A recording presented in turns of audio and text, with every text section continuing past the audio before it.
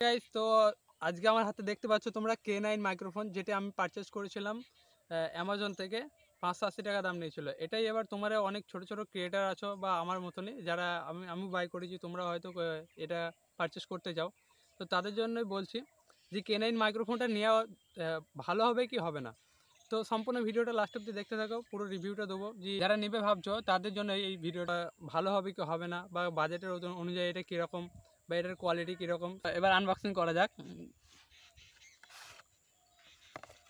দেখতে পাচ্ছ এর সেটের মধ্যে আমি ডুয়েল সেট কিনেছিলাম। তো দেখতে পাচ্ছ দুটো মাইক্রোফোন, একটা রিসিভার এবং একটা ওটিজি কেবল দেওয়া হয়েছে, যেটি আইফোনের জন্য। কিন্তু এবার আমার একটা একটা করে খুলে নেওয়া হোক প্যাকেট থেকে।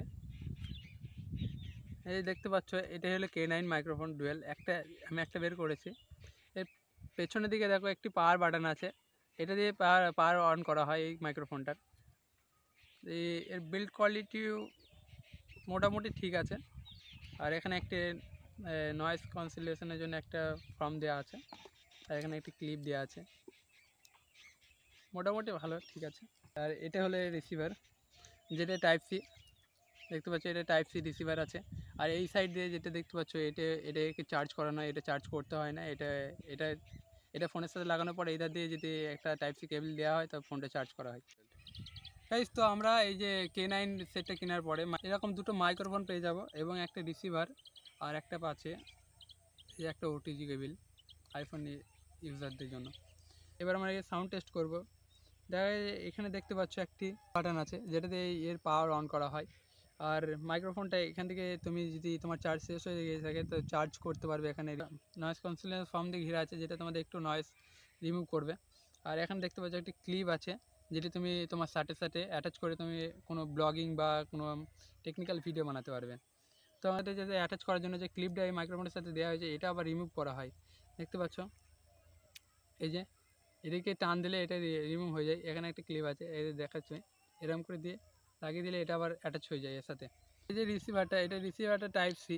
আর এর সাথে যারা আইফোন ইউজ করবে তাদের জন্য এটা দেওয়া হয়েছে এই ওটিজিটাকে এরম করে এর মধ্যে অ্যাটাচ করে দিলেই এটি কানেক্ট হয়ে যাবে। আর তো গাইস, এখানে যে ফর্মটা ওপেন করার পরে মাইক্রোফোনটা ঠিক এরকম দেখতে থাকে, এরকম দেখতে হয়। আর দেখো ওপরে একটা নেট দিয়ে ঘেরা আছে, যাতে এখানে যেরকম ময়লা টয়লা না ঢুকে ভেতরে আর মাইকটা না খারাপ হয়। সেই জন্য এখানে একটা ওপরে একটা নয়েজ ক্যান্সেলেশন ফর্ম দিয়ে ঘিরা আছে, তার উপরে একটা নেট দিয়ে ঘিরা আছে, দেখতে পাচ্ছ। আর যে এতক্ষণ যে আমার ভিডিওর রেকর্ডিংটা শুনলে, পুরোটাই আমার ফোনের মাইক্রোফোন দিয়ে রেকর্ডিং করা, যে ফোনটাকে অ্যাটাচ করবো ফোনের সাথে। যেটা রিসিভারটা এবার আমার ফোনে টাইপ সি পোর্টে লাগানো হবে, এবং এটা দিয়ে টিপে সুইচটাকে টিপে ধরলে এর সাথে কানেক্ট হয়ে যাবে, আর এখানে গ্রিন লাইট ব্লিঙ্ক করবে। রিসিভারটাকে এবার আমি এখানে টাইপ সি পোর্টে লাগিয়ে দিলাম।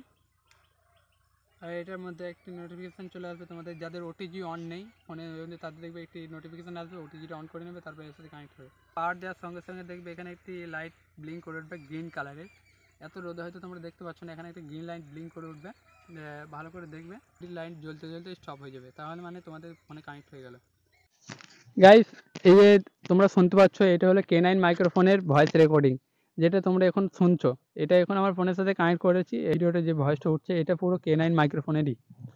তোমরা বুঝতে পারছো এর সাউন্ড কোয়ালিটি কীরকম এবং নয়েজ ক্যান্সেলেশন কীরকম কাজ করছে।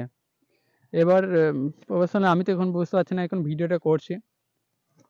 তো তোমরা ধারণা করতে পারো যে এই K9 মাইক্রোফোনটা কীরকম কাজ করছে এবং সাউন্ড কোয়ালিটি কীরকম। এবার আমি একটু দূরে নিয়ে দেখবো যে মাইক্রোফোনে কীরকম সাউন্ড কোয়ালিটি উঠছে। হ্যাঁ, যত দূরে যাচ্ছে তোমরা বুঝতে পারছো যে সাউন্ড কীরকম আসছে এবং কতটা অ্যাটাচ করছে।